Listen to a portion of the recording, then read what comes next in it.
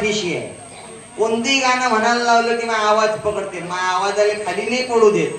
काही काही गावातल्या बाया याचा आवाज ऐकून कीर्तन ऐकायला येते.